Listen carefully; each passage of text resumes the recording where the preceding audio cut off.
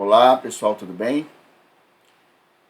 Estamos aqui mais uma vez agradecidos por aqueles que estão buscando o nosso canal, conhecimento, para fortalecimento da nossa fé, da nossa caminhada cristã e do nosso amadurecimento espiritual. Nesse momento onde nós iniciarmos a última parte dessa série que nós nos propomos a trazer no canal, queria convidá-los para aqueles que quiserem orar comigo.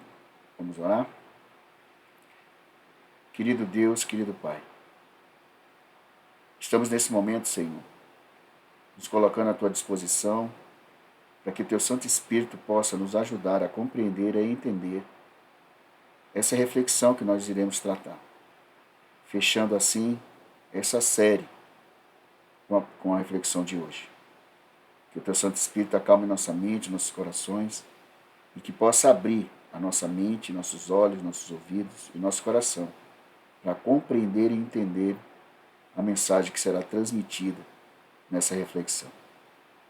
Dai-nos sabedoria e que Teu Santo Espírito nos ajude a buscar nesse entendimento a aplicabilidade para a nossa vida humana e espiritual, fazendo com que venhamos cada vez mais buscar na Tua Santa Palavra o alicerce necessário para o nosso crescimento. Entregamos as nossas vidas em Tuas mãos e que tudo aqui seja feito, Senhor, para a honra e glória do Teu nome. É o que suplico e peço. Em nome de Jesus Cristo, nosso Salvador. Amém. Bem, pessoal, antes de nós iniciarmos, eu gostaria de convidá-los mais uma vez, para aquelas pessoas que ainda não são inscritas no nosso canal, que se inscrevam, dê seu like lá, né, o joinha, para que o YouTube entenda que é um vídeo de relevância.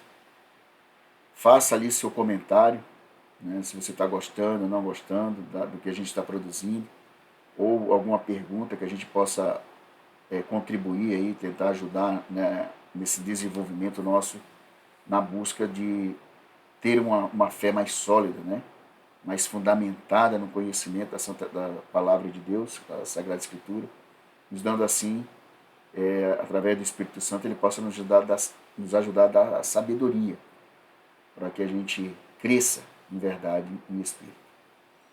E também peço que vocês possam compartilhar os nossos vídeos nas suas redes sociais, para que outras pessoas também possam conhecer e querer se aprofundar, né, nesse conhecimento que nós estamos produzindo aqui no nosso canal.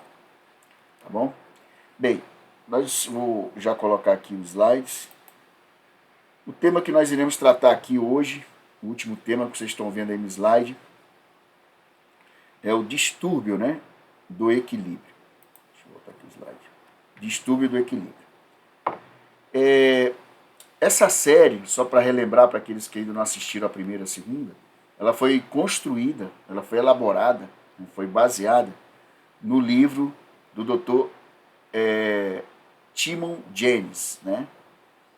O livro que trata ali de Simples Demais. Ele é um psiquiatra americano e ele usa uma interface nos seus tratamentos, né, nos seus atendimentos clínicos. Ele faz uma interface entre a ciência e a Bíblia. Não utiliza medicamento e ele tenta trabalhar e a gente vê que no livro ele tem vários sucessos, né, com relação a essa forma de tratamento.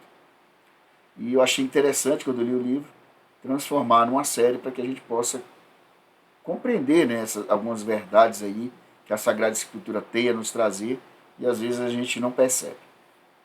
Bem, na primeira parte, só para a gente recapitular, a gente precisa ter esse resumo para que aquelas pessoas que estão assistindo a terceira parte possam entender um pouco do que a gente vai tratar aqui hoje. A primeira parte falou ali trata de um modelo da estrutura hierárquica original da nossa mente, que traz ali a nossa natureza espiritual pura e correta, né, que Deus construiu quando criou o ser humano. Já na segunda parte, a gente percebe que teve um elemento, né, que foi introduzido, né, que foi construído ali que destruiu essa estrutura hierárquica, né, da mente humana original. Então, esse elemento destruidor foi o egoísmo, né, que infectou ali a nossa mente humana, né, criando assim em nós a natureza carnal. Então, eu gostaria de colocar novamente aqui aquele diagrama que nós apresentamos na primeira parte, que trata da hierarquia da nossa mente. Vou colocar aqui no slide. Antes do pecado, como que era a nossa mente antes que o pecado entrasse no mundo? Então essa é a estrutura correta, pura e ideal que Deus criou nos seres humanos quando ele criou Adão e Eva, né? E a ideia era que eles multiplicassem, né, com essa mente perfeita. Então Deus, quando criou a nossa mente, ele criou uma natureza espiritual, como vocês estão vendo aí, para que o ser humano pudesse governar de maneira saudável a sua vida. A natureza espiritual, vocês estão vendo aqui no slide, que tem Deus, aí uma setinha apontando para a natureza espiritual. A natureza espiritual, ela reflete diretamente a imagem de Deus. Por quê? Porque nós somos imagem e semelhança dele. Então, nós tínhamos que refletir a imagem de Deus através de uma mente com a natureza espiritual perfeita. Com isso, nós teríamos atitudes, comportamentos, hábitos, pensamentos, né, que realmente iria nos conduzir a ser verdadeiramente a sua imagem e semelhança aqui na Terra. Então, a natureza espiritual da mente, ela é composta por alguns elementos, e a gente percebe aqui no slide que a natureza espiritual é composta por 3 partes, né? A razão, a consciência e a adoração. Então a razão é a capacidade de nós raciocinar. Então é a nossa capacidade de raciocínio, né? É a capacidade que nós temos de pensamento, pelo qual a gente pensa, né? E através dessa capacidade de raciocínio, de raciocinar, nós teríamos condições de ponderar as evidências que estão ao nosso redor e conseguimos ali, dessa ponderação dessa evidência, extrair conclusões coerentes daquilo que está ali ao nosso redor. Então a gente teria a capacidade de raciocinar, é a capacidade de a gente entender aquilo que está ao nosso redor ali, fazendo com que a gente possa buscar esse entendimento, essa evidência, e extrair com conclusões assertivas, né? Já a consciência, que é o segundo item da natureza espiritual, a consciência é o meio em que Deus se comunica conosco diretamente. É através da consciência. E a gente não pode confiar na consciência como nosso guia. Ela tem que estar ali trabalhando em equilíbrio com a razão, né? Porque às vezes a gente ouve algumas coisas que não vêm da natureza de Deus, né? Vêm da natureza do inimigo, que é Satanás. Então a gente não pode confiar muito na consciência. Então tem que ter a razão. Então a razão e a consciência, trabalhando conjuntamente, ela vai nos trazer um discernimento saudável, como vocês estão vendo aí no slide. Então esse conjunto da razão trabalhando com a consciência vai permitir a gente nos levar a ter decisões válidas, coerentes, concretas, né? E assertivas. E quando a razão e a consciência trabalham conjuntamente, ela nos leva a um processo conhecido como santificação. Então, a consciência ela tem a ação de, vamos dizer assim, de santificar a nossa razão. E o processo de santificação é um processo em que a gente busca dentro do nosso eu. Às vezes contra nossas debilidades, nossas fraquezas, né? Mas quando o pecado não existia, a gente não tinha esse vírus, né, que entrou quando o pecado foi introduzido no ser humano, né? Então a gente vivia sempre no processo santificado, que a gente chama de um processo em que a gente busca ser a imagem de Deus. buscar ser Deus aqui na Terra, né? Então, quando Deus criou tudo, era perfeito. Então, o ser humano ele tinha um corpo glorificado e sua mente era uma mente santificada, uma mente perfeita. Mas, infelizmente, hoje, né, devido à entrada do pecado, poucas pessoas, né, poucas mentes funcionam ali com a harmonia devidamente pretendida por Deus na criação. Aí vem o terceiro ponto da natureza espiritual, que é a adoração, que é um desejo, né, um impulso inato que está dentro de nós. É como se tivesse um chipzinho nosso na nossa mente de que nós temos a necessidade de adorar. Então a adoração ela completa a faculdade ali da natureza espiritual. E Deus ele quer que nós venhamos a adorá-lo, né? Não outras coisas, mas sim Ele. Então, quando ele nos traz esse chipzinho da nossa mente, de nós queremos adorar a Ele, na verdade, eu e você sabemos que nós adaptamos as coisas que nós admiramos, né? E o próprio Paulo fala isso, lá em 2 Coríntios, já vou ler o verso aqui. Então, nós dedicamos nosso tempo às coisas que estão ao nosso redor, né? E tem pessoas que se adaptam a essas coisas e perde tempo em cima dessas coisas que elas admiram. A psiquiatria, que a gente viu na primeira e na segunda parte, que a gente reforçou na segunda, chama isso de modelar-se. Só que na questão bíblica, falando biblicamente da Sagrada Escritura, essa questão de modelar-se, que a psiquiatria denominou assim, vai se referir à lei da adoração, né? Que ocorre com a contemplação daquilo que nós estamos admirando. E o apóstolo Paulo, como eu falei, no 2 Coríntios, capítulo 3, verso 18, ele nos diz: e todos nós, com o rosto desvendado, descoberto por Cristo, é isso que ele está dizendo aqui, com a venda tirada, né, da cegueira espiritual, contemplando, como por espelho, a glória do Senhor, somos transformados, de glória em glória, na sua própria imagem, como pelo Senhor, o Espírito.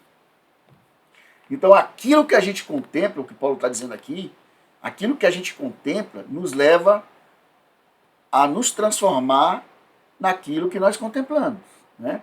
Então, vai levar a sermos aquilo que nós... vai nos transformar aquilo que nós contemplamos, que nós adoramos, né? Então, Paulo está falando aqui que se a gente tem os nossos olhos desvendados dessa cegueira espiritual, né, no sentido de você não conhecer a Cristo, né? Quanto mais você conhece Ele, mais você vai contemplar Ele. E essa contemplação de entendimento vai transformar o nosso viver, o nosso ser. E vai nos transformar, assim, o nosso caráter, que irá refletir aquilo que a gente reverencia e aquilo que nós adoramos. E se eu reverencio Cristo, meu caráter vai ser transformado, parecido com o de Cristo. Aí, terminando a natureza espiritual, entra o segundo ponto, a vontade. Como vocês estão vendo aí. E a vontade é o centro da ação da mente. Então, é a parte que escolhe da nossa mente, que deve estar sempre subordinada à direção da razão e da consciência. Quando a vontade ela viola a nossa razão e a nossa consciência, nós somos prejudicados na decisão que tomamos. Então, se a gente coloca a vontade aos caprichos, né, colocarmos a vontade ali aos nossos caprichos, né, e aos caprichos ali no sentido dos nossos sentimentos, que o doutor Timon James fala, nós teremos consequências terríveis no nosso viver. E um exemplo que eu mencionei na primeira parte e reforcei na segunda, refere-se ali acerca da pessoa decidir passar um sinal vermelho. A razão vai dizer que o sinal vermelho não é adequado ultrapassar, que é uma regra. A consciência confirma isso.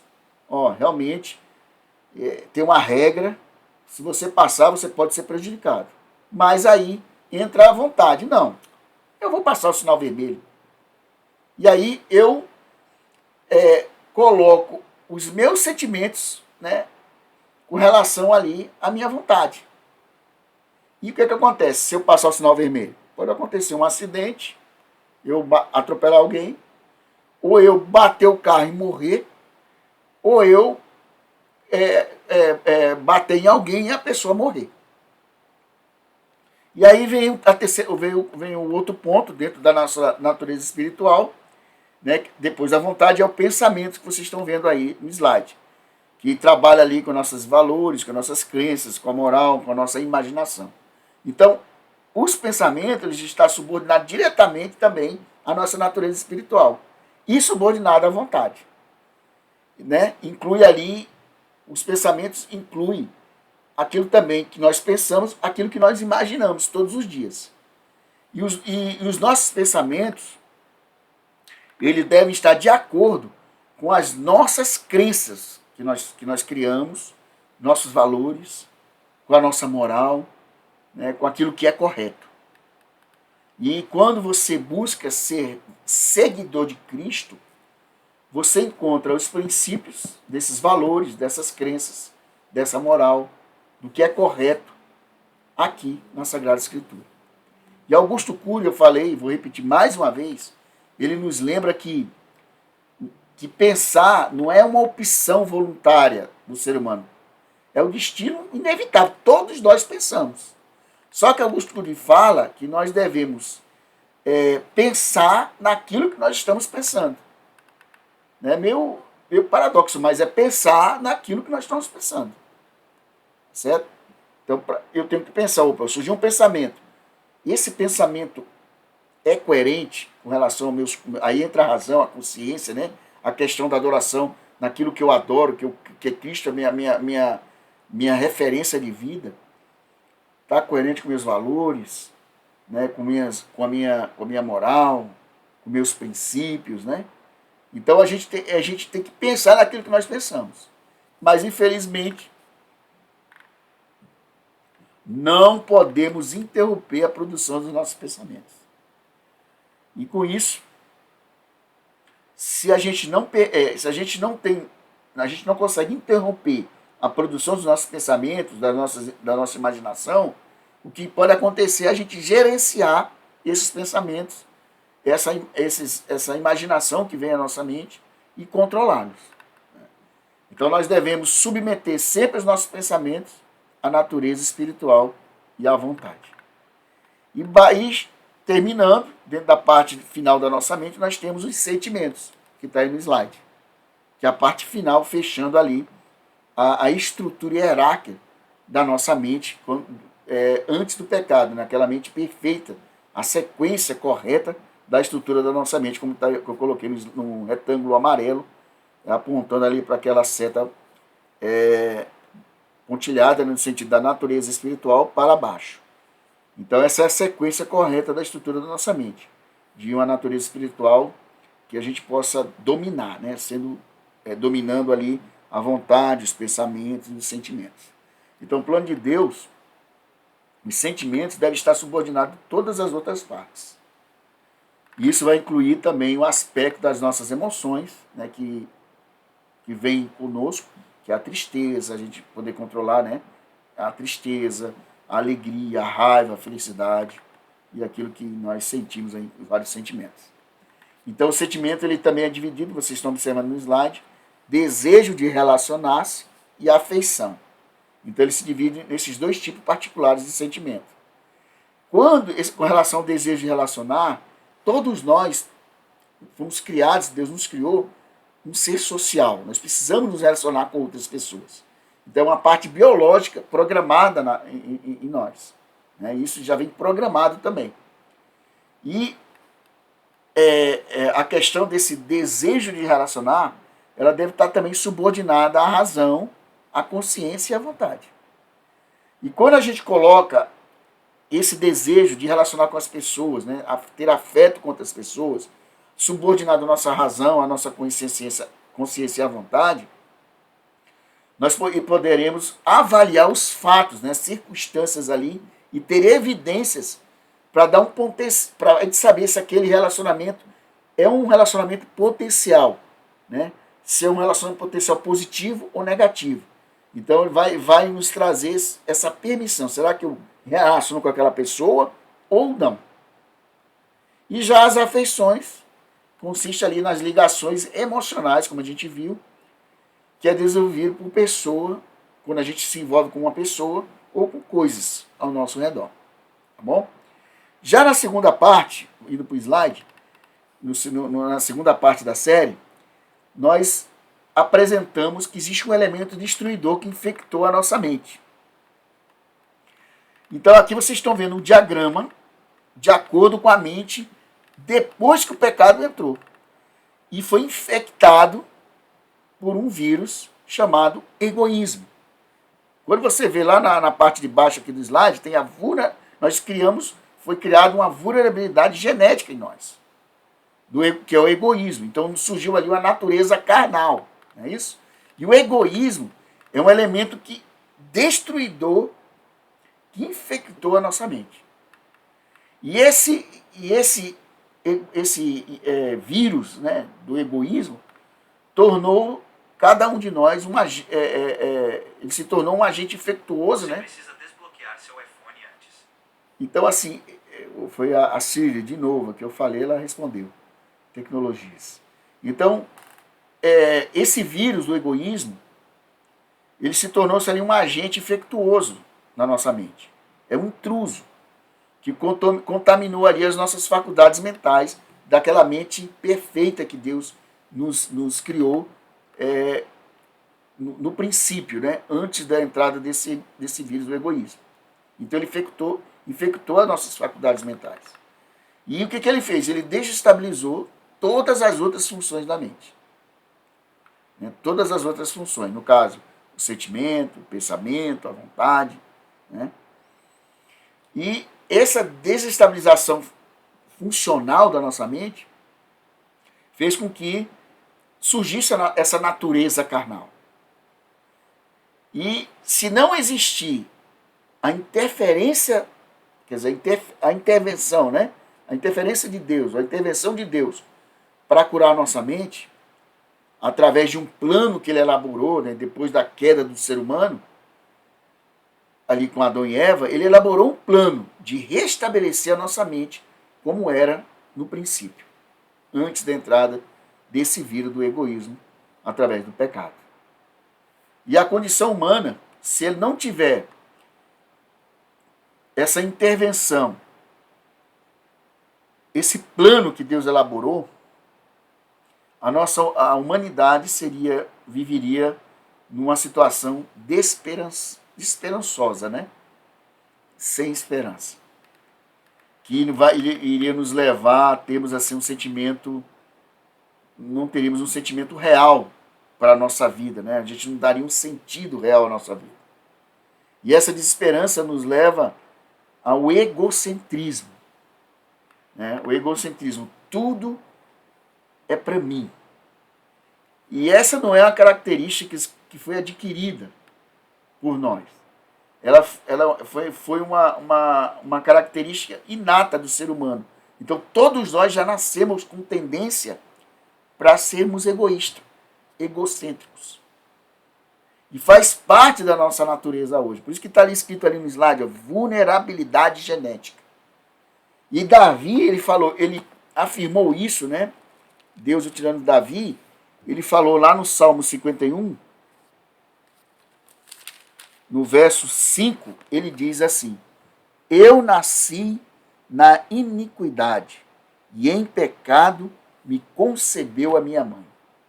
A palavra aqui nessa minha versão, de iniquidade, né, que vem nesse verso, significa no dicionário, se você for buscar no dicionário nosso brasileiro, né, em português, você vai encontrar lá no sentido de contrário à moral, contrário à religião, contrário à justiça. Mas, quando Davi escreveu, no hebraico, já no sentido hebraico, essa palavra iniquidade significa distorção, perversidade, significa depravação.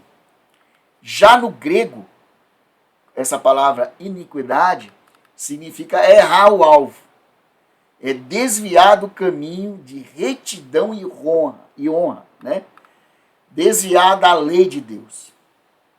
Então, se a gente observar,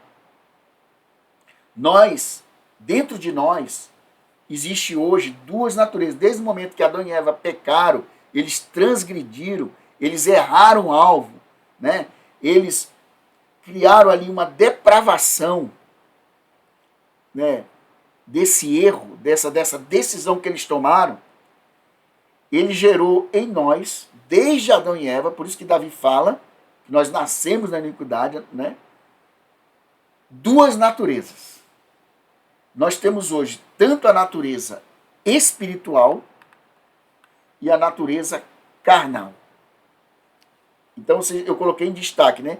Lá em cima, aqui no slide, está a natureza espiritual, que vem de Deus, e lá embaixo, no último, que é a vulnerabilidade genética, que veio o egoísmo, que é a natureza carnal, que foi infectada quando Adão e Eva pecaram, tomaram aquela decisão errada, erraram o alvo, desviaram do caminho da retidão e da honra, desviaram ali da lei de Deus. Então a gente observa que nós temos essas duas naturezas, espiritual e carnal. E existe um conflito interno entre essas duas naturezas. Aí eu queria trazer, para a gente entender melhor esse conflito, uma ilustração simples, que eu vi nos estudos que eu trabalhei, que eu busquei, a questão de dois leões brigando. Vamos imaginar que cada natureza é um leão. Então existe a natureza carnal e a natureza espiritual. E o leão que tiver melhor alimentado nesse conflito que vocês estão vendo na imagem, dois leões brigando ali, aquele que tiver melhor alimentado, ele fica mais forte. E com isso, com certeza, ele vai ganhar esse conflito, essa luta ali entre os leões. O que isso significa no sentido espiritual? Nós temos que alimentar o leão da nossa natureza espiritual e deixar morrer de fome o leão da natureza carnal. E como que a gente faz isso? Alimentar a natureza espiritual e fazer com que a natureza carnal morra de fome. Como que a gente faz isso? Não dando alimento carnais para a nossa vida. Como assim? Evitar. O que são alimentos carnais para a nossa vida? São a música que você ouve, os filmes que você assiste, os locais que você frequenta, as atividades ali que são todas aquelas atividades que alimentam a nossa vida carnal, né, a nossa natureza carnal, essa nossa tendência para o mal, os nossos vícios, as nossas debilidades, as nossas fraquezas, né? Então, nós temos sim que aumentar o nosso contato com as coisas espirituais, natureza espirituais, que vem através de quê? Da música certa que nós ouvimos, dos lugares certos que nós frequentamos, da frequência da leitura da Bíblia, nos livros que nós buscamos ler, nos programas que nós assistimos. Então, tudo isso é um alimento que vai fazer eu fortalecer a natureza espiritual ou fortalecer meu lado carnal, a minha natureza carnal. Então, quanto mais coisas espirituais que eu e você temos contato, mais iremos alimentar o leão da natureza espiritual. E com isso, o que vai acontecer? Nós vamos deixar o leão da natureza carnal fraco, que vai nos levar ali a gente deixar o nosso lado de pecado, né, nossas transgressões, as nossas tendências, né, nossos vícios, nossas fraquezas de lado. Ou você vai nesse ponto, quando você começa a deixar de lado essa nossa natureza carnal, vai extinguir a questão do egoísmo em nós. Outro exemplo, né, simples, né, para a gente refletir. acerca disso que eu tratei aqui, para a gente ter uma ideia, é o caso do alcoólatra.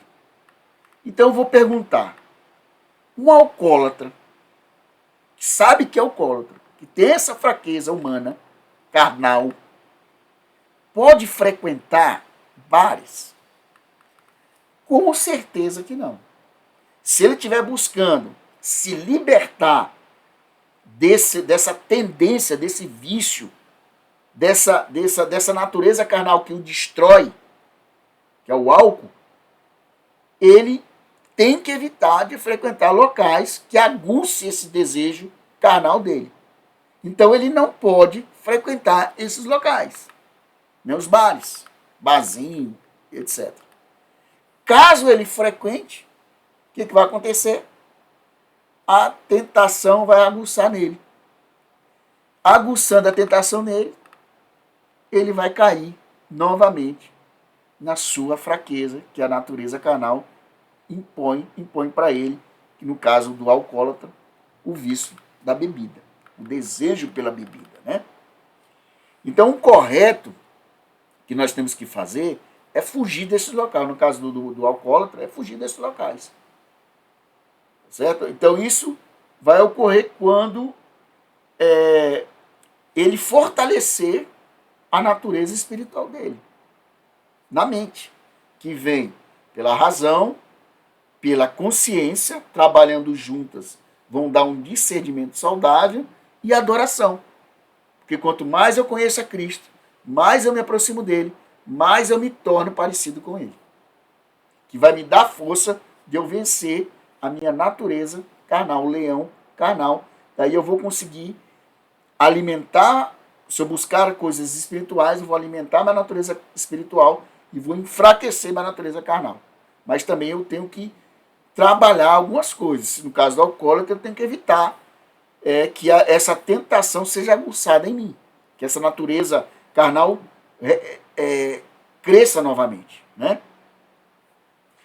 Então a gente tem que identificar qual é a nossa tentação, qual é a nossa fraqueza humana, para que essa natureza carnal nossa possa ser abafada, possa ser destruída, né?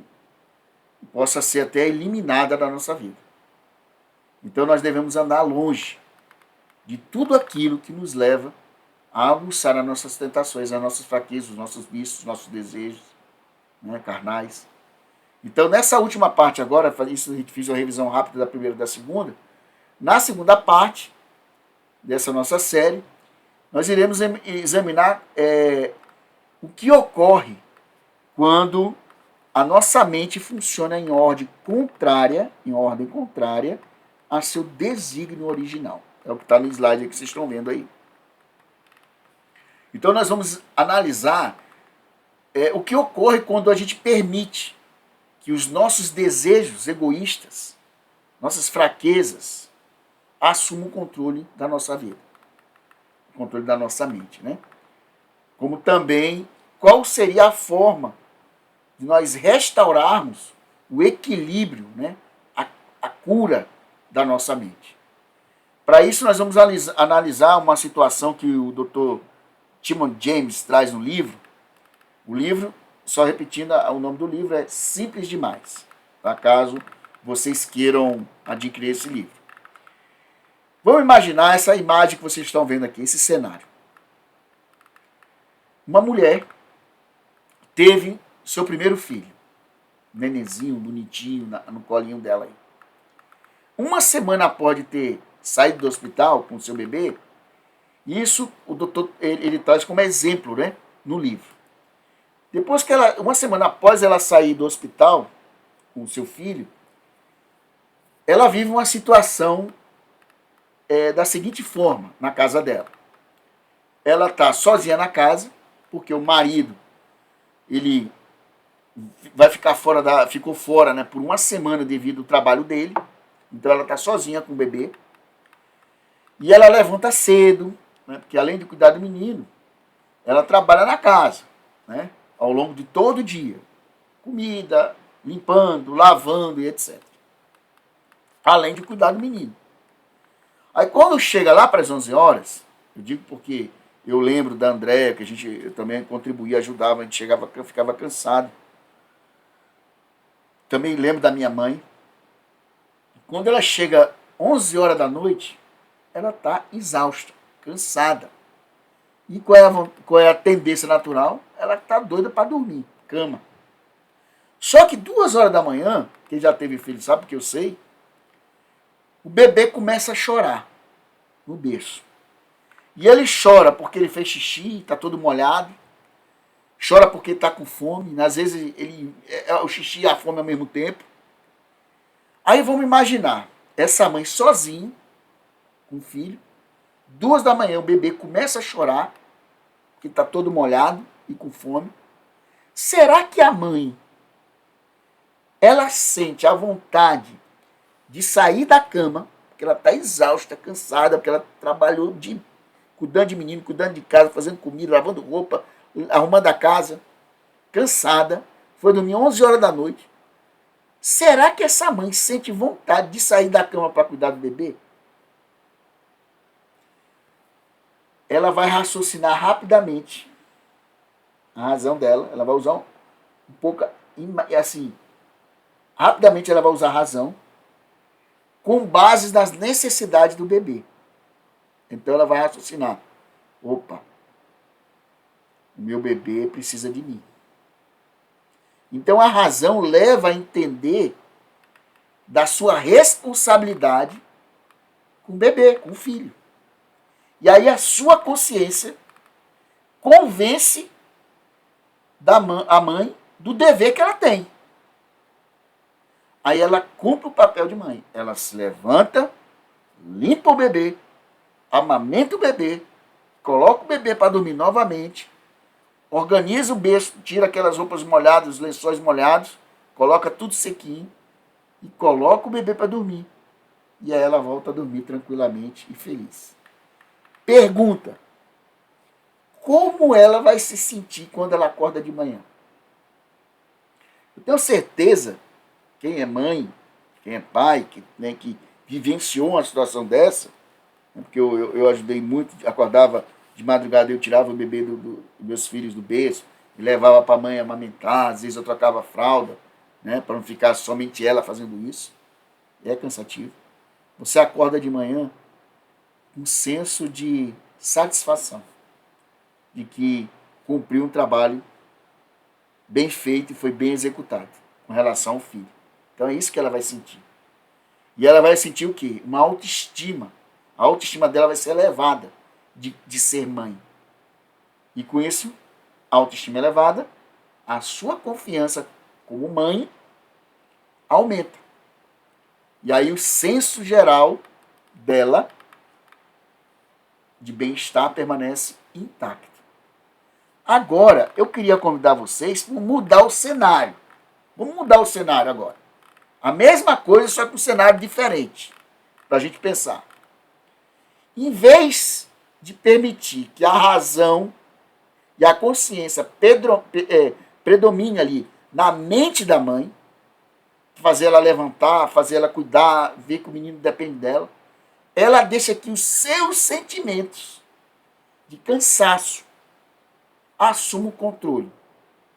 Aí o cenário seria o seguinte: 2 horas da manhã, o bebê começa a chorar, molhado e fome.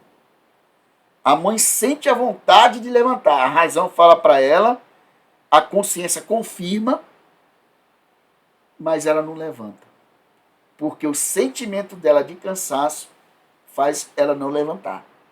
Falando para ela mesma que ela merece de um repouso, né? Que ela, de manhã, vai resolver o problema do menino. Porque ela está muito cansada. Que ela precisa descansar. Aí, na manhã seguinte, ela levanta, vai ver o bebê está exausto de chorar a noite toda, por causa de estar todo molhado, ou então defecado ali, né, com as fezezinhas, e ainda com fome. Aí eu pergunto, e agora? Como que essa mãe vai se sentir quando ela acorda de manhã? A outra se sentiu satisfeita, feliz, cumpri meu papel, autoestima. com certeza essa mãe aí vai acordar cheio de culpa e vergonha. Incapaz de suportar as suas emoções. Que o sentimento, né, de o que eu fiz? Aí olha pro filho, do jeito que ele tá lá, gritando, chorando, todo melado, sujo, molhado, com fome ali. E ela pode dizer o seguinte: é tudo culpa sua. Se não fosse você, eu não estaria nessa situação de ter essa culpa, de estar aqui preocupada agora com esse sentimento de culpa na minha mente. E o que acontecerá com a autoestima dessa mãe? E os valores dela?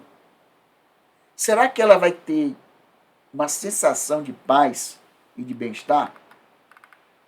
Com certeza ela não terá comparado a outra mãe. Então, olha o slide aí, quando permitimos que os sentimentos controlem a vontade, o resultado será sempre a nossa destruição. Vou repetir. Quando nós permitimos que os nossos sentimentos controlem a nossa vontade, o resultado será sempre a nossa destruição. Então, quando o sentimento assume o controle da nossa razão e da nossa consciência, o resultado será turbulência e destruição na nossa vida. E o que a gente pode observar com essa história da mãe, né, ela vai nos demonstrar o impacto que vai causar, né, que vai arrasar sobre quem? A autoestima dela, a confiança dela, o valor próprio que ela tem. E quando os nossos sentimentos assumem o comando, a pergunta que pode surgir, vou colocar no slide aqui para vocês. Devo fazer de conta que não tenho sentimentos? Os psicólogos, o Dr. Timon James traz no livro, eles admitem que muitas pessoas têm dificuldades para estabelecer a razão e a consciência no governo da vontade. Eles admitem isso. Que muitas pessoas têm dificuldade de estabelecer a razão e a consciência para governar a vontade. Eles colocam sempre a vontade em primeiro lugar. E essas pessoas têm muita dificuldade com os seus sentimentos, né? E aí, vocês voltando aqui para o gráfico, vocês viram que eu coloquei um X ali no sentimento. Por que essas pessoas têm dificuldade com os sentimentos? Porque são muito fortes os sentimentos para elas. Elas não conseguem colocar esses sentimentos sob a administração da natureza espiritual e da vontade. A natureza espiritual, que é a razão, consciência e adoração. E a vontade. Porque eles confiam nos seus sentimentos a vida inteira. E com base dessa confiança no sentimento, eles utilizam como base para a tomada das decisões dela. O sentimento. E não a razão, a consciência. E tirando ali então o sentimento, se a gente tira o sentimento, o que ocorre? O nosso desejo de relacionar, a gente sabe que o sentimento trabalha com dois tipos, né? O desejo de relacionar com pessoas e a afeição. Então, o nosso desejo de relacionar e as nossas afeições serão prejudicadas. E como nós somos projetados para relacionar com outras pessoas, nós somos criados para isso, não teremos a capacidade da gente avaliar os fatos, as circunstâncias, as evidências que estão ao nosso redor. Para saber se aquele relacionamento ele tem um potencial bom ou ruim.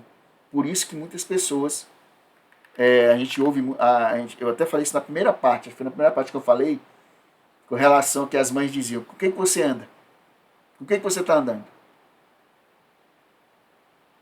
Então, se a gente tira esse desejo de se relacionar, a afeição, né, os sentimentos, nós não teremos capacidade de ter um relacionamento potencial bom para a nossa vida. E também a gente não vai conseguir enxergar que aquela pessoa é ruim. E vai afetar também as nossas afeições. Então, as ligações emocionais que é desenvolvido pela outra pessoa ou coisas que a gente se envolve, né, que nós temos ali contato, vai nos conduzir a um egoísmo potencializado. Dependência. E isso vai afetar do nosso modo de pensar, nosso modo de nosso modo de viver, né, a nossa vontade e a nossa natureza espiritual. Agora vamos para um novo cenário. Eu queria colocar um novo cenário que o Dr. Timon James traz no livro, que é interessante. O novo cenário que ele traz é o seguinte: 2 horas da manhã, a mesma mãe está com o bebê, né? Ela está dormindo tranquilamente, o bebê também está dormindo tranquilamente. Toca o telefone. E a mãe atende. O telefone está do lado da cabeceira, a mãe atende. Lembra que ela está sozinha em casa, que o marido foi trabalhar uma semana fora. Aí toca o telefone. Essa mãe, aquela mãe do primeiro cenário, que ela deixou a vontade dela, o sentimento dela subordinado à razão e à consciência e fez a coisa certa. Acordou com autoestima, acordou com dever cumprido, com a sensação que fez a coisa certa, que ela é uma mãe que cumpre o papel de mãe. Aí 2 horas da manhã ela dormindo com o bebê, toca o telefone e ela atende. Quando ela atende, é a melhor amiga dela. Ô amiga, você está sozinha aí. Seu marido está viajando. Eu queria te convidar para você vir assistir um filme, passar aqui em casa para a gente assistir o filme a noite toda na minha casa. Aí qual é o sentimento da mãe? O sentimento dela vai reclamar, né, para ela, dizendo o seguinte: não aceite, vai dormir. E a razão imediatamente examina os sentimentos à luz da circunstância. Assistir filme à noite, a noite toda. Eu estou cansado, o menino está dormindo, eu estou dormindo, tem que aproveitar o momento que ele está descansando. Aí imediatamente a razão vai examinar aquele sentimento, né, de querer assistir filme e tal, à luz da circunstância que foi apresentada pela amiga dela. Então, a razão, em conjunto com a consciência, aquela consciência pura, sólida, limpa, ela recusa o convite de imediato. E os seus sentimentos ficam satisfeitos. E ela volta a dormir tranquilamente. O que a gente observa nesse cenário que a gente viu agora, eu coloquei essa imagem que achei interessante na internet, que os nossos sentimentos não assumiram o controle da nossa mente. A razão e a consciência tomam a decisão com base nos fatos, evidências e na verdade que foi apresentada para ela. E quando a gente age assim, fazendo com que a razão e a consciência trabalhem nesses aspectos da tomada de decisão, através dos fatos que estão ao nosso redor, as evidências, na verdade que está ali, quando a gente age assim, a nossa mente nos levará a decidir o que é mais razoável e apropriado para a nossa vida. No caso da mãe, ela tomou a razão, decidiu que o mais razoável é ela continuar dormindo e cuidar do filho e aproveitar aquele momento de descanso. Os psicólogos, no livro o Dr. Timon nos traz, que dizem o seguinte, eu achei também essa imagem interessante, que os sentimentos são informações, são dados que a nossa mente coleta. Que nós devemos o quê? Permitir que a razão e a consciência avaliem essas informações, esses dados, para depois a gente agir. Sinal vermelho. Opa, vou passar, não tem carro nenhum, vou passar. Opa, não. Permanece. Uma verdade que tem lei de trânsito. Se você atravessar, você pode acontecer um acidente, você pode atropelar alguém, pode pegar uma multa. Então, se a gente permite que a nossa razão, que a nossa consciência avalie essas informações, esses dados que estão ao nosso redor, nós iremos agir de maneira coerente. E com base nessas informações, desses dados, o sentimento a gente não vai levar somente pelo sentimento, mas a razão vai nos frear juntamente com a nossa consciência. Mas sempre com base não meramente nos nossos sentimentos, mas nos fatos. O que eu quero dizer é que a gente não pode deixar os sentimentos meramente atuar. Nós temos que trabalhar nos fatos, evidências, verdades e circunstâncias, é o que está aqui no slide, que são os pontos que devem ser associados ao nosso sentimento, antes de tomada de uma decisão. É isso que o Dr. Timo nos traz. E que para nós tomar decisão, esses fatos, evidências, verdades e circunstâncias, devem estar baseadas, direcionadas pela nossa razão, pela nossa consciência. Essa é a nossa decisão. E se nós estamos adorando a Deus, que tem a razão, consciência, discernimento puro, coerente, correto, vem a adoração, que fecha a natureza espiritual. E se nós estivermos adorando a Deus, com certeza estaremos imprimindo o seu caráter em nós, baseado nos seus princípios, valores, estatutos, nas suas leis. Que está tudo aqui na Sagrada Escritura. Então, nas Escrituras, nós encontramos no livro de Tiago, ele diz assim, olha que está no slide aí. Ninguém, ao ser tentado, diga, sou tentado por Deus, porque Deus não pode ser tentado pelo mal. E ele mesmo a ninguém tenta. Ao contrário, cada um é tentado pela sua própria cobiça. Aí, os colchetes aqui, os seus próprios sentimentos, quando esta o atrai e o seduz. Esse destaque em vermelho foi o que o Dr. Timo colocou, né, no seu livro, para melhorar o entendimento. Os seus próprios sentimentos. Então, ao contrário, cada um tentado pela sua própria cobiça, pelos seus próprios sentimentos.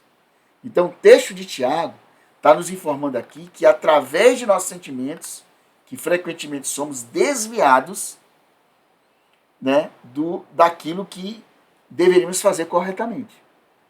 E existem duas leis no universo, que, como a lei de trânsito, que é uma informação, um dado que nós temos que processar. Vermelho para, amarelo, vermelho é para parar, o amarelo é atenção, preste atenção, verde você pode passar. Existem duas leis no universo que foi ordenada pelo próprio Deus, chamadas de lei da liberdade e lei do amor. São duas leis que estão na Sagrada Escritura e são leis universais, são leis, assim, na realidade, universais, como ocorre com a lei da gravidade, da lei da termodinâmica, da lei da... outras leis que tem no universo. Né? Então vamos pensar o seguinte, na lei da gravidade, para a gente poder entender essa questão da lei da liberdade e lei do amor. Nós, com relação à lei da gravidade, não precisamos saber de física ou algo profundo, né, a respeito como a lei da gravidade funciona. Também a gente não precisa crer na lei da gravidade para poder sentir os efeitos dela na nossa vida. Eu e você podemos até negar a lei da gravidade, que ela não exista. Você pode negar, mas nós iremos sentir os efeitos dela. Agora, vamos imaginar a gente utilizando um elevador de um edifício bem alto. Vamos imaginar que a gente pega um elevador e sobe nesse elevador no edifício mais alto que tem. E nós chegamos lá no topo desse elevador, do prédio. Saímos do elevador E a gente vai para a beira. Como vocês estão vendo aí, o garoto aí, o rapaz aí na beira do prédio. Quando a gente chega no topo. Mesmo dizendo a nós mesmos que não existe a lei da gravidade. E se nós saltarmos do topo desse local aí que esse rapaz está, imediatamente, frações de milésimos de segundos, nós estaremos sob a atuação da lei da gravidade. Mesmo que a gente negue ela. Nós sabemos que existem consequências que acompanham a violação da lei da gravidade. Só você pular de um prédio. Você vai ver as consequências quando você viola essa lei da gravidade. Já na lei da liberdade, agora vamos tentar entender com relação ao que Deus nos traz na sua Sagrada Escritura, com relação à lei da liberdade, né, e lei do amor. Lei da liberdade funciona de maneira semelhante à lei da gravidade. Independente se você acredita nela ou não, se você admite que ela existe ou não, ou reconhece que ela exista ou não, as violações da lei da liberdade sempre vão resultar em consequências danosas para a nossa vida, de forma muito esperada, como acontece com a lei da gravidade. A lei da liberdade, quando ela é violada, ela apresenta duas consequências. Coloquei no slide aí, duas consequências. Destruição do amor e incitação a uma rebelião. Isso vai ocorrer em qualquer lugar e sob quaisquer circunstâncias que a nossa liberdade for violada. Vou repetir isso aqui que é importante você entender. A destruição do amor e a incitação à rebelião, ela vai ocorrer em qualquer lugar e sob quaisquer circunstâncias que viole a nossa liberdade. Então vamos para um exemplo para a gente poder entender isso melhor. Eu achei esse exemplo magnífico no livro. Vamos imaginar que uma esposa deseja surpreender o marido dela, que ela ama muito, e preparar para ele o prato que ele mais gosta, que ele ama. Todos nós temos um prato que a gente gosta de comer. E o marido dessa mulher adora, ama a lasanha. Depois de ela passar horas e horas na cozinha, dedicando o seu tempo para o preparo desse prato para o marido, e depois que ela preparou tudo, ela coloca no final no forno, para que essa lasanha esteja pronta quando o marido dela chegar do trabalho. Totalmente cansado do dia e tal. Mas, no caminho de casa, o marido liga para a esposa.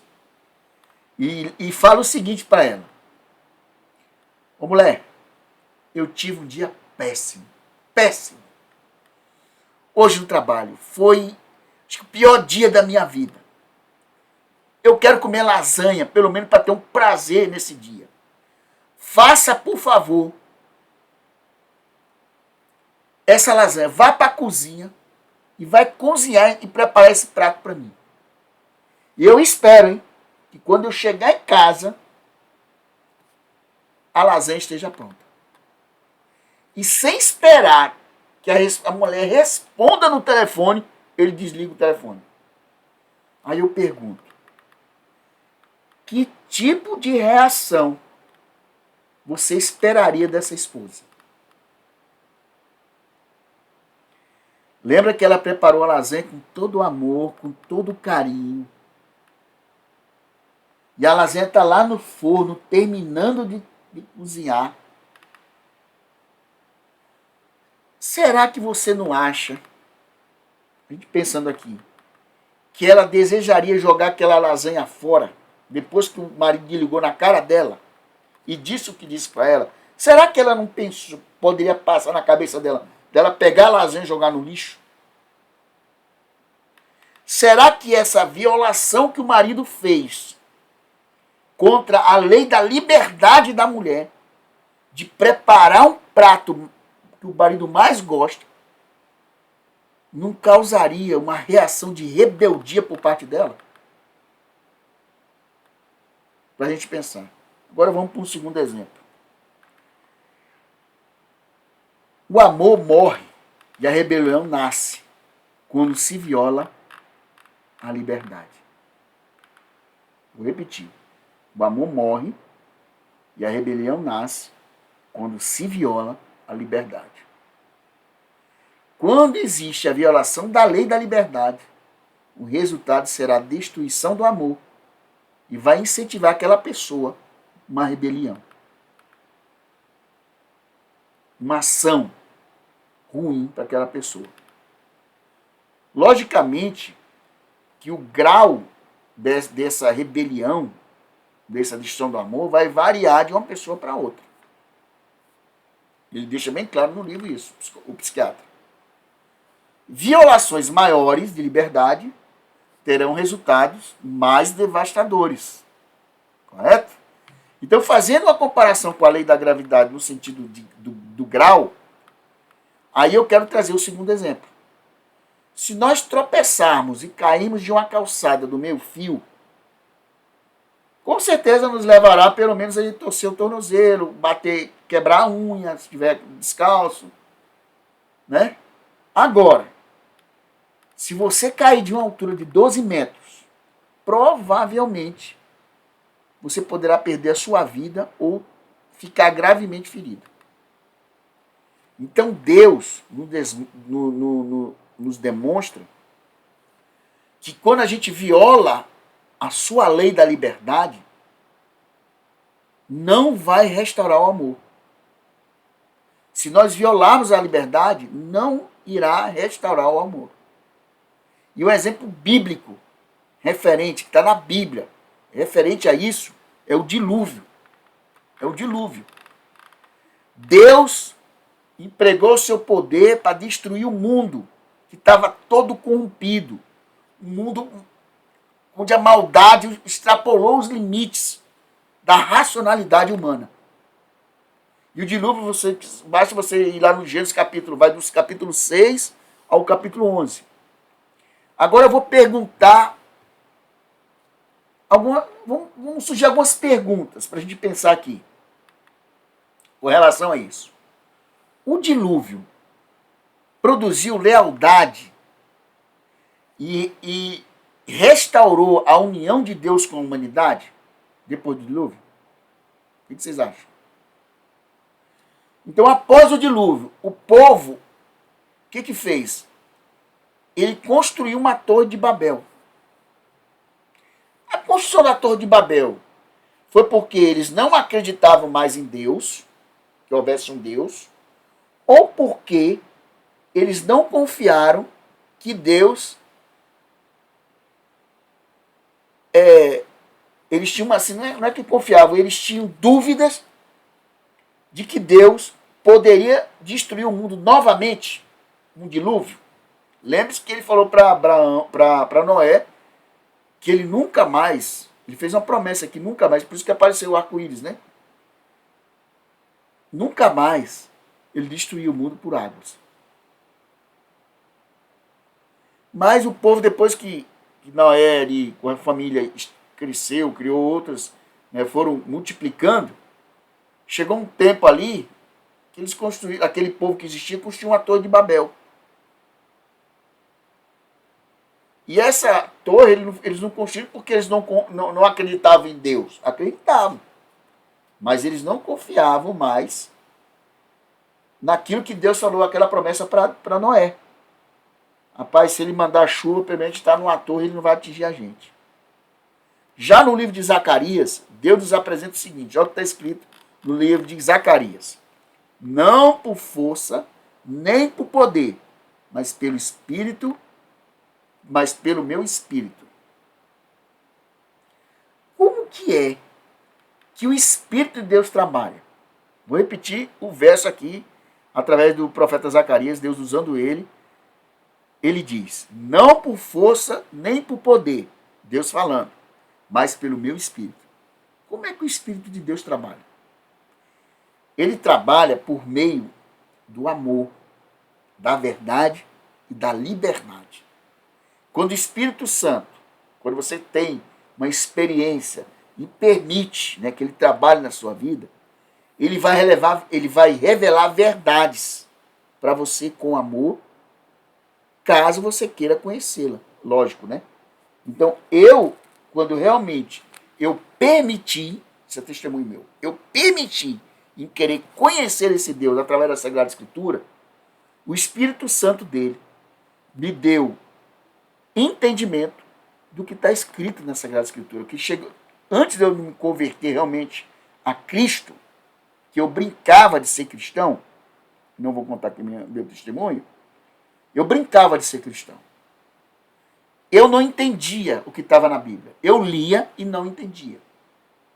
Eu elucubrava.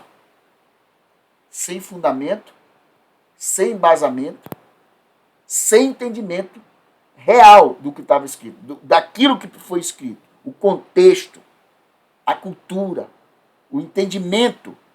Porque se eu chego aqui e digo assim, manga, o que você vai pensar? Pode ser manga de camisa, pode ser manga de comer. Se eu falo pena, você pode pensar que é pena de cadeia, pena de galinha, pena no sentido de sentimento, não é assim? Então, quando tem uma palavra aqui, você tem que entender o contexto.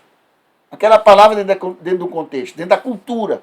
Porque eu não posso pegar a minha cultura hoje e jogar para dentro da Bíblia. Não vai dar certo. Então, quando eu permiti conhecer e estudar, fazer com que o Espírito Santo me desse entendimento, lógico que eu também tenho que permitir que eu tenho que me esforçar e não ficar aqui na luz. Mas estudei, fiz uma pós-graduação de História e Arqueologia do Oriente Próximo e Mediterrâneo. Fiz curso bíblico, participei de um congresso internacional de arqueologia bíblica. Fui para Israel através da Universidade de Jerusalém. Escavei, fizemos estudos com professores renomeados para conhecer a cultura, entender algumas expressões idiomáticas que tem na Bíblia. Então, quando você permite que o Espírito de Deus trabalhe com amor para que você conheça as verdades, ele te traz liberdade. Quando ele te revela, ele te dá liberdade. E Cristo falou, conhecereis a verdade e a verdade te liberta. E quem é a verdade? Ele falou, eu sou o caminho, a verdade e a vida. Então, quando você conhece Cristo e vem para a Sagrada Escritura, porque tudo aqui é direcionado a Ele, ao plano de salvação que vem através do Messias. E quando você conhece Ele, as verdades que Ele tem para se revelar, você permite que o Espírito Santo faça isso, você vai conhecer verdades que vai mudar a tua vida. Teu modo de pensar, teu modo de ver as coisas, teu modo de ouvir as coisas, aquilo que eu ouço, aquilo que eu vejo, aquilo que eu falo, a forma que eu me visto, a forma que eu como. Muda radicalmente, transforma você. Então, se a gente permite que o Espírito Santo retire da gente a cegueira espiritual, porque eu vivia na cegueira espiritual, vivia dentro da igreja, mas era cego. Como Saulo, né?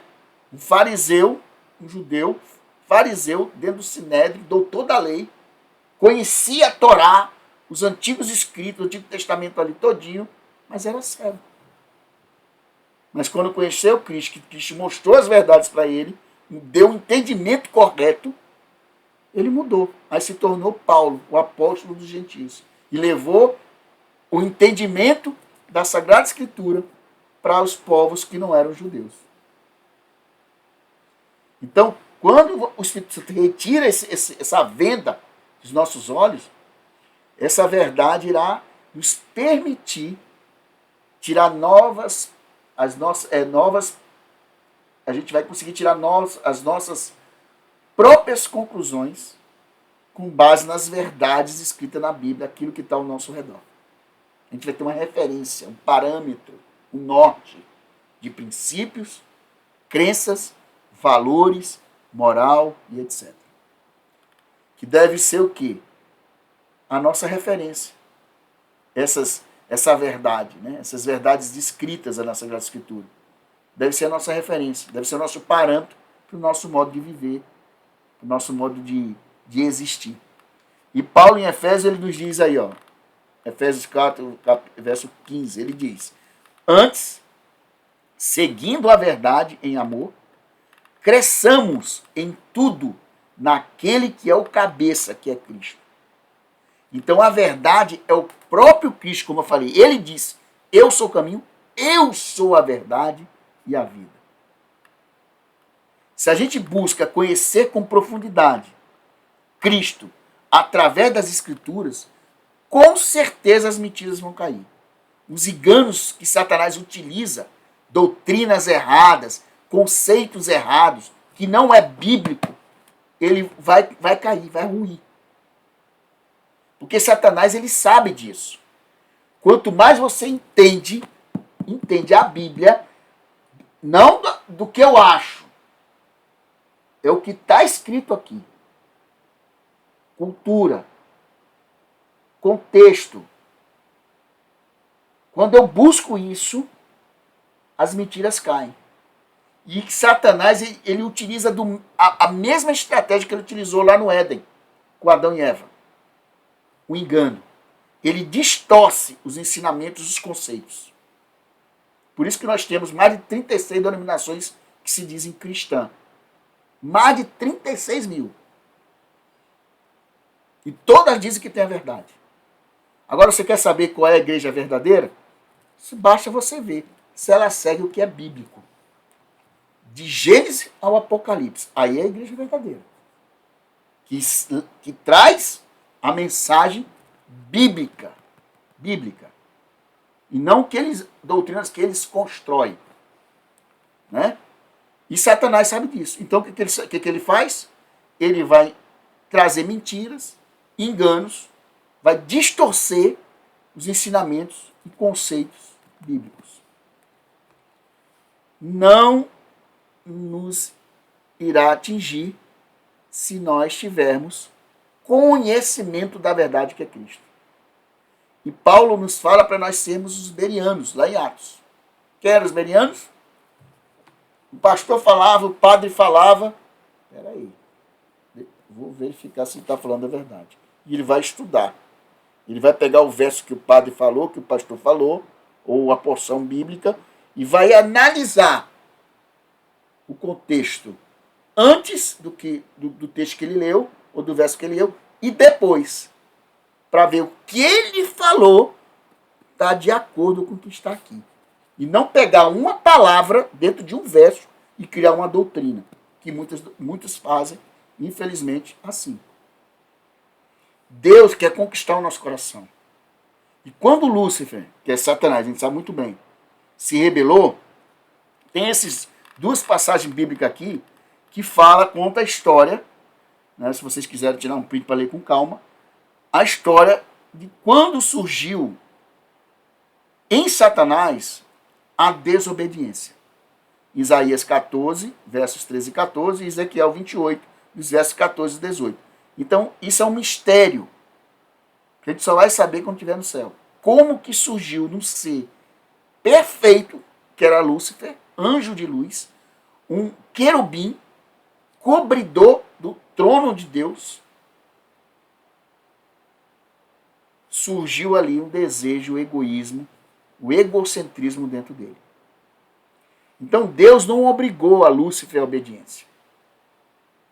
Deus não usou o seu poder para destruí-lo, para destruir Lúcifer. Em vez disso, ele evitou a força dele.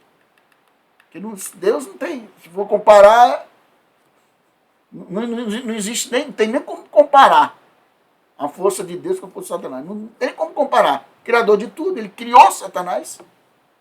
Então Deus não usou a força dele. Porque se ele usasse, ele estaria contrariando os seus métodos, os seus princípios. E se Deus usasse a sua força, iria incitar uma rebelião ainda maior. Se ele fizesse isso, não iria restaurar a unidade e a harmonia.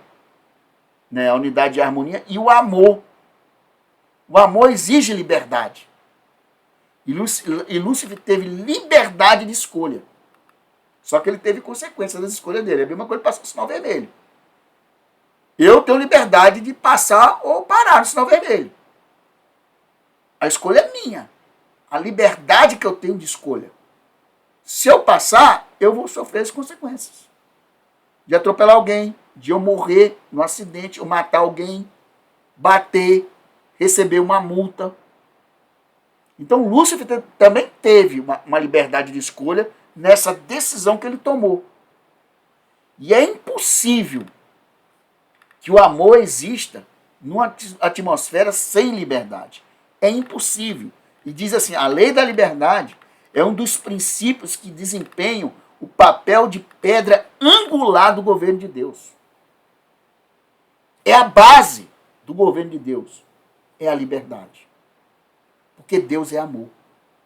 E se existe amor, existe liberdade. Livre escolha. As pessoas que não acreditam em Deus, escolha. Mas ele ama aquelas pessoas. Mesmo que eles não acreditem nele. Então, Deus, necessariamente, ele deve respeitar a liberdade e a individualidade de suas criaturas inteligentes. Agora, com relação à lei do amor, a gente falou da lei da liberdade. Com relação à lei do amor, que corresponde à lei da vida, sem amor não tem vida, é o princípio sobre o qual se baseia toda a vida no universo. Tudo que existe no universo ele existe pela lei do amor de Deus. Então a própria natureza nos mostra isso. A própria natureza aqui no nosso planeta. Eu não vou nem sair do nosso planeta. Vou dizer dentro do nosso planeta.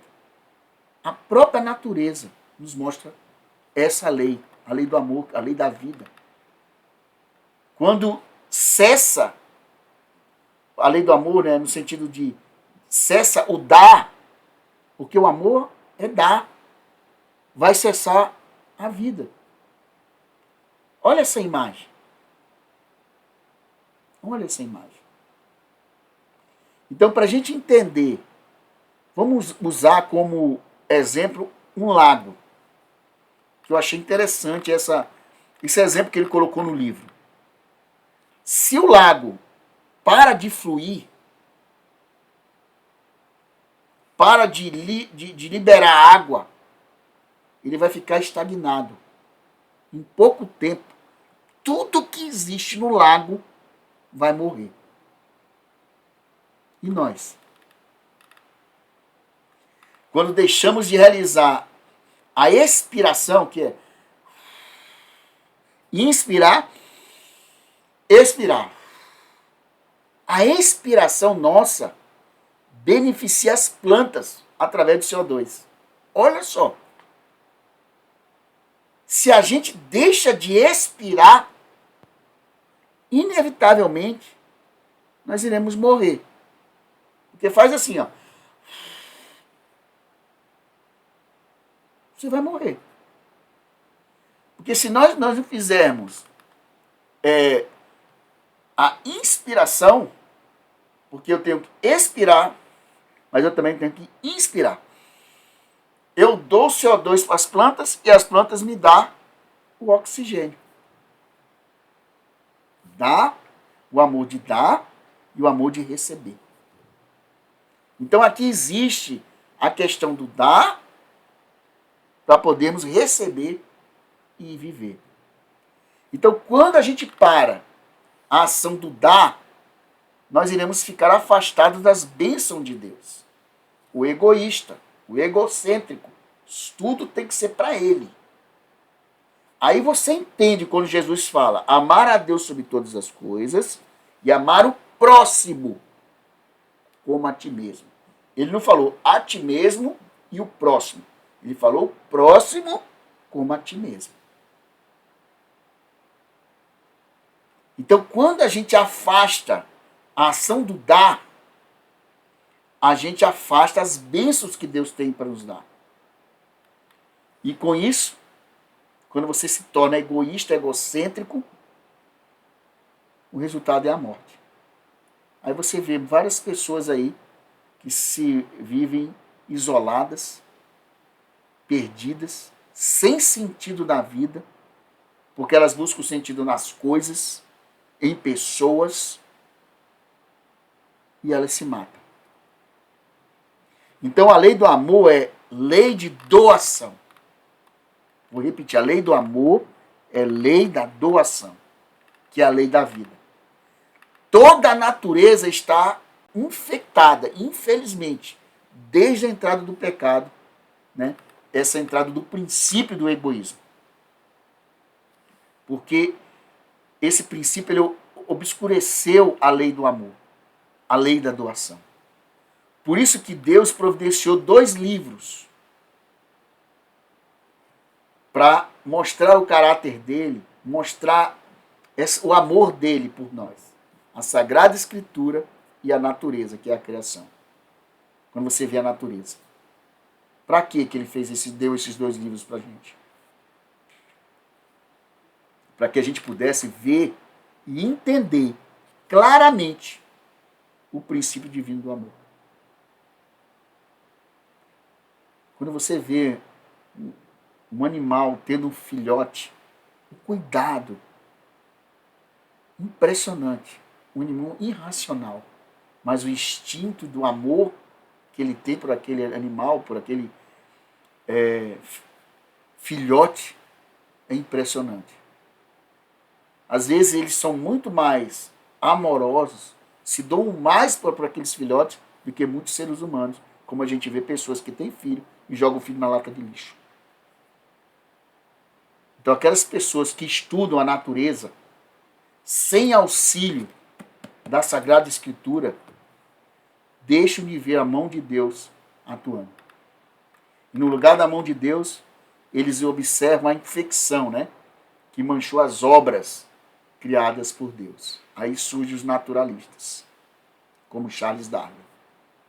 E ele descreve que essa infecção, com a seguinte expressão: sobrevivência do mais apto.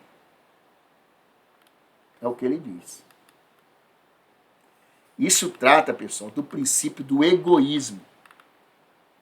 Eu, primeiro, eu mato minha mãe para me dar... Eu piso na cabeça da minha mãe para me dar bem na vida. Eu entrego todo mundo... Eu entrego o cara que está num cargo que eu estou almejando. Eu crio. Eu defamo a imagem dele para tomar o cargo dele. Isso é sobrevivência do mais apto? Então Charles Darwin não inventou esse princípio da sobrevivência do mais apto. Ele apenas observou o mundo natural já danificado por esse vírus do egoísmo que entrou lá no Jardim do Éden. Aí ele deixou de entender o verdadeiro significado daquilo que ele viu, porque ele estava cego. Vou repetir, sem a Sagrada Escritura, você não vai entender a natureza.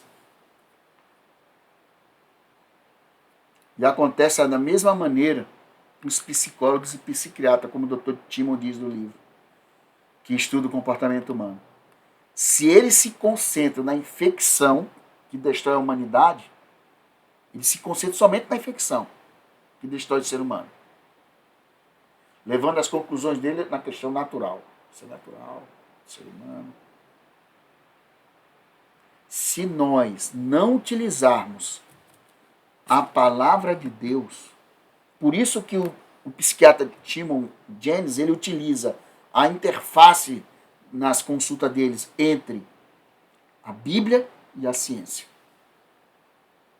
Se não utilizarmos a palavra de Deus para a gente poder iluminar nossa mente e colocar as nossas ideias, no devido contexto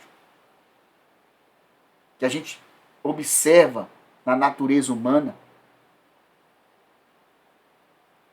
muitos irão crer que a infecção do egoísmo, do egocentrismo, que está destruindo a raça humana, é simplesmente normal no mundo que a gente vive.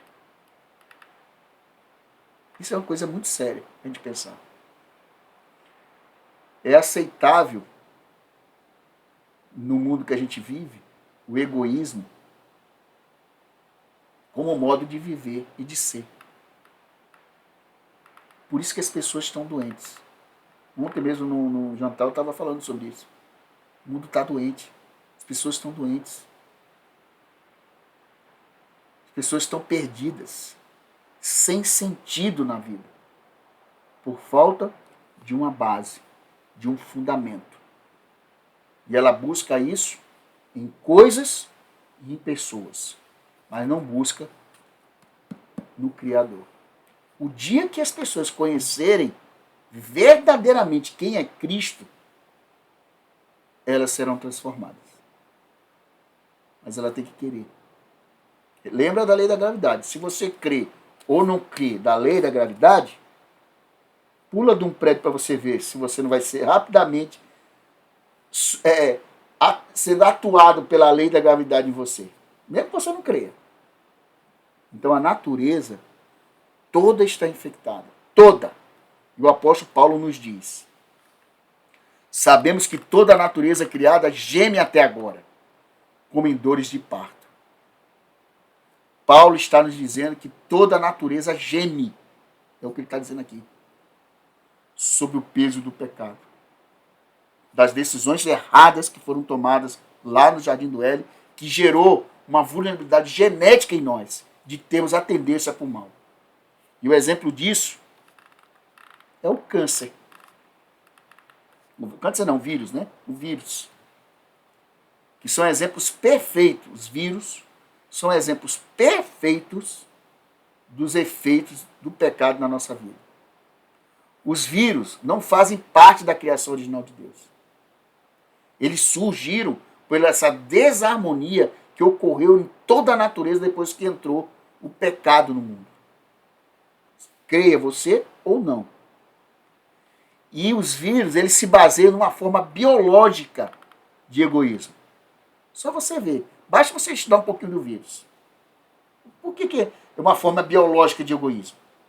Ele é um pedacinho de código genético do nosso DNA, RNA, que são capazes de darem qualquer coisa, apenas tomam para si. Eles são capazes, né? Eles não são capazes de darem qualquer coisa, apenas tomam para si. Quando o vírus entra no hospedeiro vivo, no nosso caso ser humano, ele assume o controle das células. E ele começa a produzir mais e mais vírus. E vai se replicando a si mesmo, exaltando a si mesmo dentro desse hospedeiro. Tá vendo que eu sou bom? Aí começa a proliferar. Se ele não for controlado, mata o hospedeiro e ele vai morrer, porque ele vai morrer também. Se o hospedeiro morrer, ele morre. Agora, as células, vocês estão vendo aí, brancas, do nosso sangue, por outro lado, são a parte da criação de Deus, que funciona sob o princípio do amor, o sacrifício próprio. Quando um agente infectuoso entra no nosso corpo, as células brancas se sacrificam, ela bate para cima, como um exército, cerca aquele corpo infectuoso e elas se sacrificam a fim de nos salvar. Assim também existe o contraste, né, no nível celular entre os vírus e a célula branca. Esse contraste nos mostra a diferença do amor e do egoísmo. Nível celular, coisa simples, pequenininha, entre o vírus e a célula branca. Mas mostra pra gente aqui a diferença entre o amor e o egoísmo. O amor que protege e o egoísmo que destrói. E a pergunta que surge é: E nós, os seres humanos? Nós sabemos que estamos infectados com egoísmo. Nós nascemos com tendência egoísta, egocêntrica, tendência para o mal.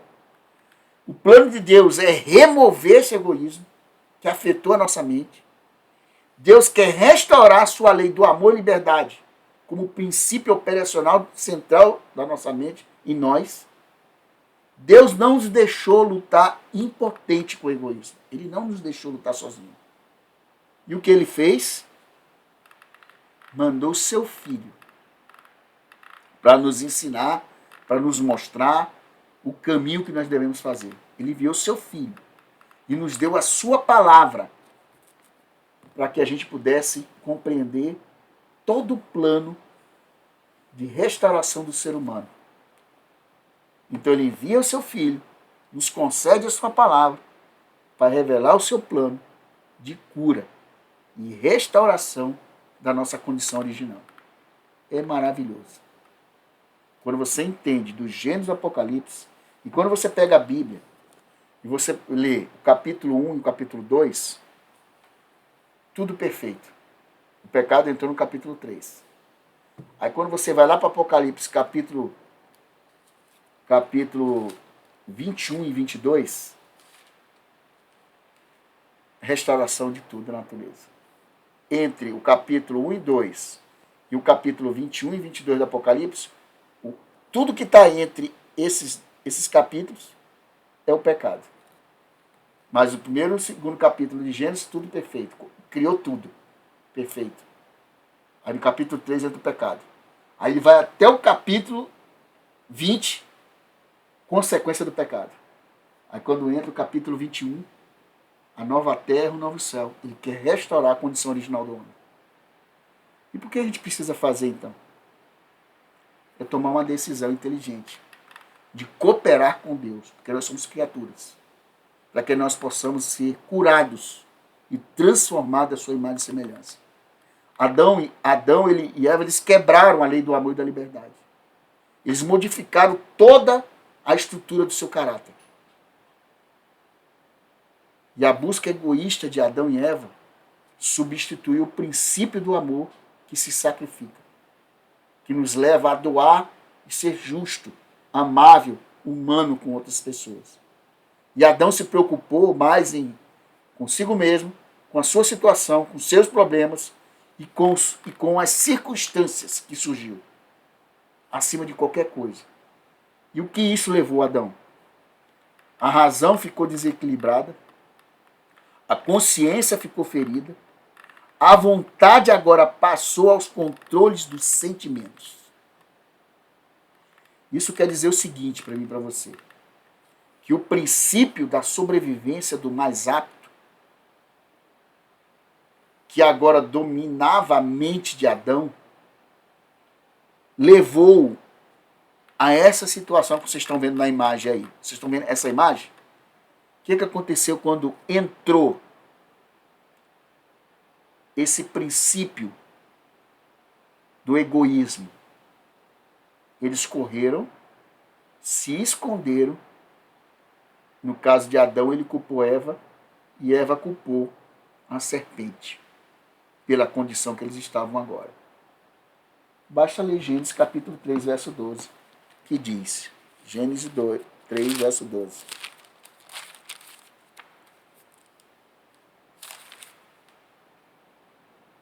Então disse o homem, a mulher que me deste por esposa, ela me deu da árvore, e eu comi. E disse o Senhor Deus à mulher, que é isso que fizeste? Respondeu a mulher, a serpente me enganou e eu comi. Então Adão perdeu a sua capacidade de amar, de sacrificar. Não, ela errou, Senhor, a culpa é minha, que eu não estava ali para contribuir para ela não cair no erro. Então, Adão perdeu a capacidade de amar. Se não houvesse a intervenção de Deus, a condição de Adão e Eva e a nossa era terminal. Acabou a nossa história no capítulo 3. Mas ele criou um plano. E qualquer violação da lei do amor produz imediatamente consequências previsíveis. Deus sabia que eles iam errar. E por amor, ele criou um plano. E a primeira consequência é que, com essa questão da violação do amor, ela vai produzir imediatamente e vai danificar a nossa capacidade de amar. Nos levando a não mais buscarmos de modo espontâneo a dar aos outros. Em vez disso, nos leva a obter benefício para nós mesmos. Somos egocêntricos. A quebra da lei do amor prejudica a nossa faculdade mental, as nossas faculdades mentais, da razão e da nossa consciência, nos levando ao quê? A um erro, que vai nos conduzir à nossa auto-incriminação. E essa auto-incriminação vai nos levar a ter temor, ansiedade, insegurança. É o que o Dr. Timon nos traz no livro. E vai nos levar a perder a capacidade de pensar com clareza. Quando a gente deixa de amar e dar aos outros o nosso coração, a nossa mente endurece. A gente vai se tornando mais egoísta. Isso vai nos levar a nos isolarmos do amor de Deus. E Jesus diz o seguinte: ninguém tem maior amor do que este, de dar a alguém a própria vida em favor dos seus amigos. Por que Jesus está nos dizendo isso, né? Que sacrificar a própria vida é o maior amor. Sabe por quê? Porque dar a vida para salvar o outro é o extremo final de sacrifício próprio. E ele fez isso por nós. Amar é um processo de dar. E eu pergunto, você é capaz de dar para o outro? Ou você só pensa em você, no teu umbigo? O oposto de tomar, agarrar ou buscar o modo interesseiro,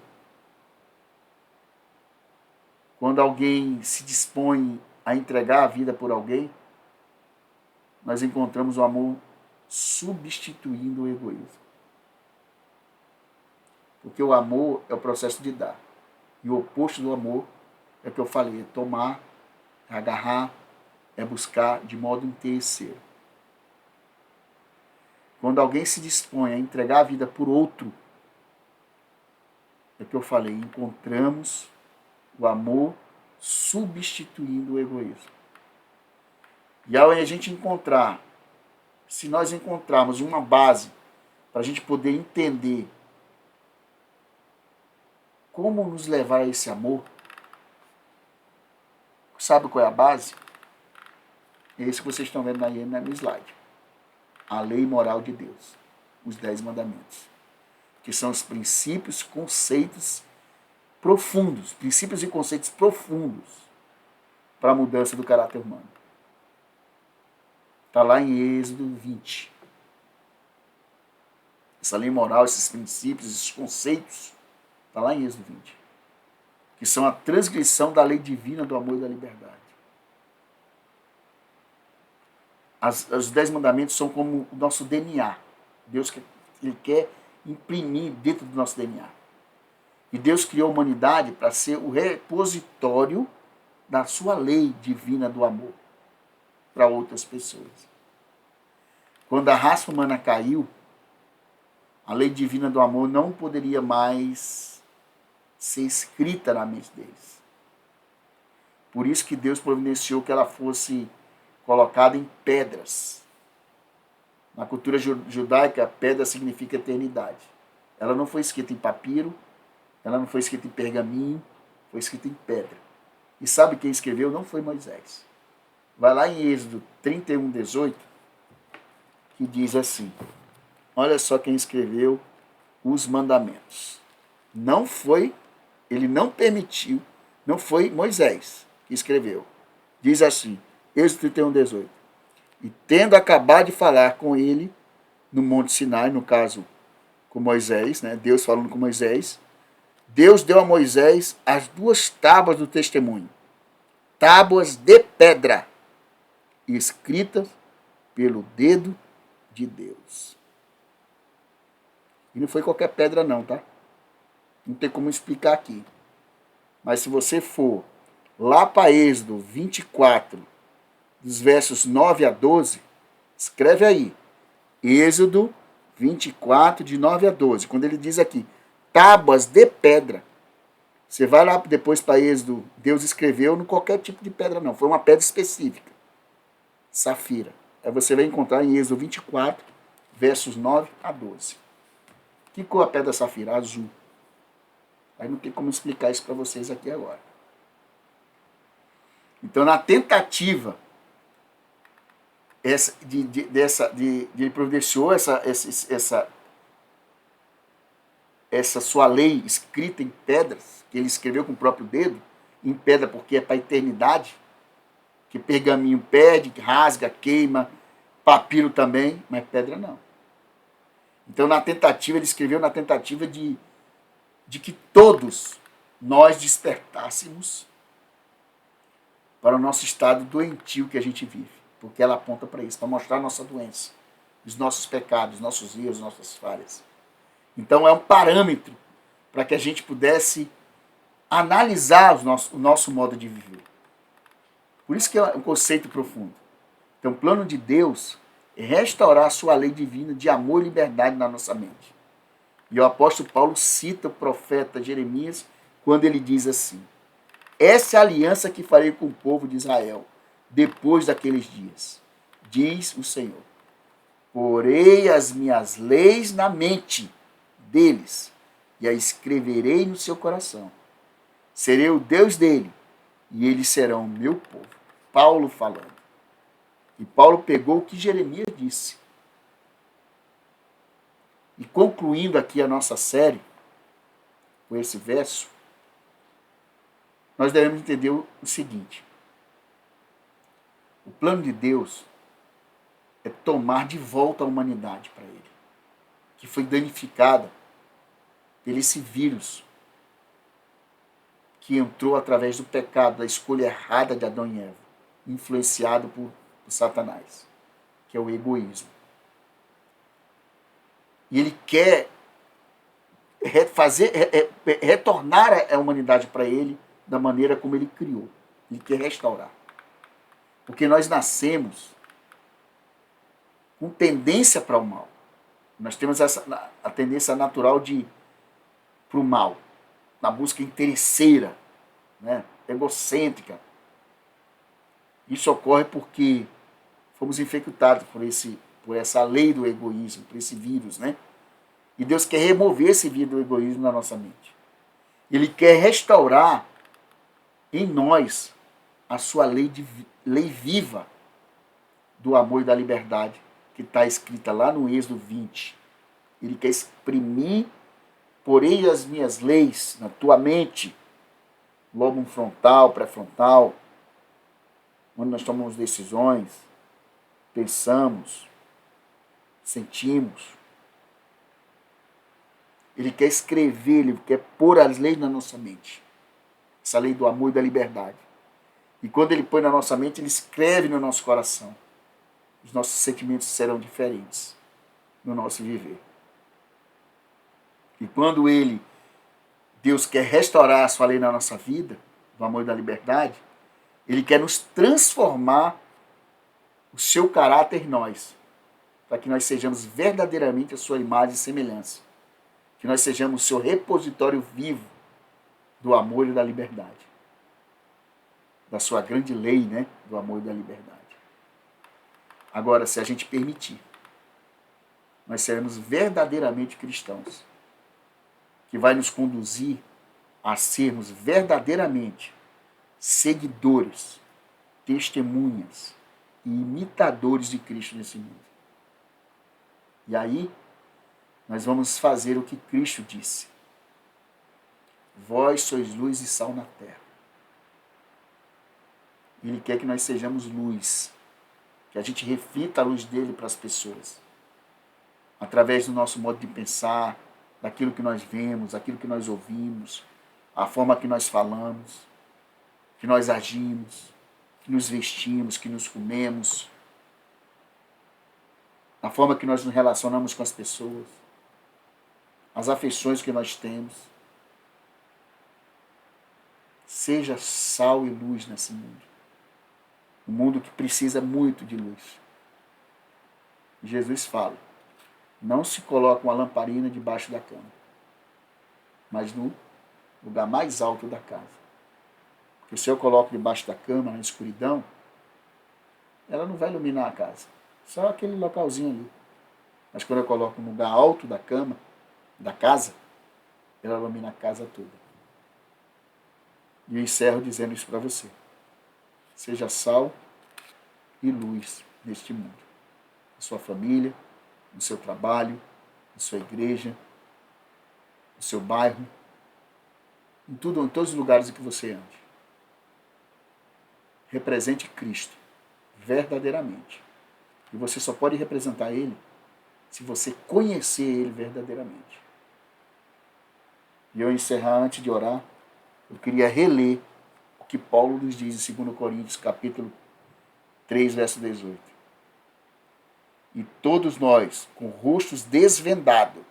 Desvendado em quê? Desvendado por Cristo. Saímos da cegueira espiritual, quando a gente conhece Cristo. E todos nós, com o rosto desvendado em Cristo, contemplando, como por espelho, a glória do Senhor, somos transformados. De glória em glória, na sua própria imagem, como pelo Senhor, o Espírito. Agradeço e espero que essa série possa te ajudar, como me ajudou muito,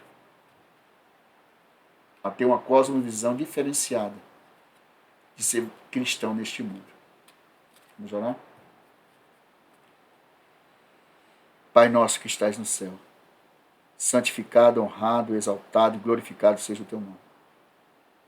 Estamos aqui, Senhor, agradecidos por tudo que nós vimos nessa série, por tudo aquilo que o Senhor nos revelou através do teu Santo Espírito.